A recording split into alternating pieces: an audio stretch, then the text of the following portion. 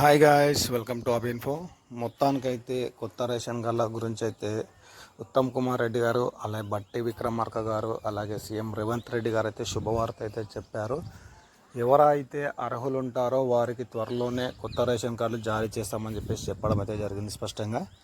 అయితే కొత్త రేషన్ కార్డులు గురించి ఏదైతే అప్లికేషన్ స్వీకరణ ఉంటుందో దానికి సంబంధించి గైడ్లైన్స్, విధి విధానాలు ఖరారు చేయాలని చెప్పేసి ఉత్తమ్ కుమార్ రెడ్డి గారు అయితే అధికారులను అయితే ఆదేశించడం అయితే జరిగింది. అయితే ఈ అధికారుల నుంచి ఏదైతే నివేదిక వస్తుందో దాని తర్వాత ఈ కొత్త రేషన్ కార్డుల అప్లికేషన్స్ అయితే స్టార్ట్ అవుతాయి. ఈ అప్లికేషన్స్ వచ్చేసి మనం మీ సేవ ద్వారా అయితే అప్లికేషన్ చేసుకోవాల్సి ఉంటుంది. అప్లికేషన్ చేసుకోవడానికి కావాల్సిన డాక్యుమెంట్స్ వచ్చేసి ఇదివరకు చాలా డాక్యుమెంట్స్ అయితే అడిగారు. ఇప్పుడు ప్రజెంట్ మాత్రం ఏదైతే ఆధార్ కార్డు ఉంటుందో Aadhaar card, current bill, gas bill పెట్టి అయితే మీరు అప్లికేషన్ అయితే చేసుకోవచ్చు. ఇది ఇప్పుడైతే ప్రజెంట్ రేషన్ కార్డు సంబంధించి పూర్తి సమాచారం.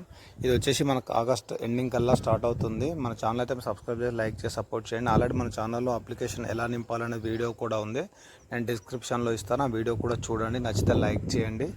Thank you.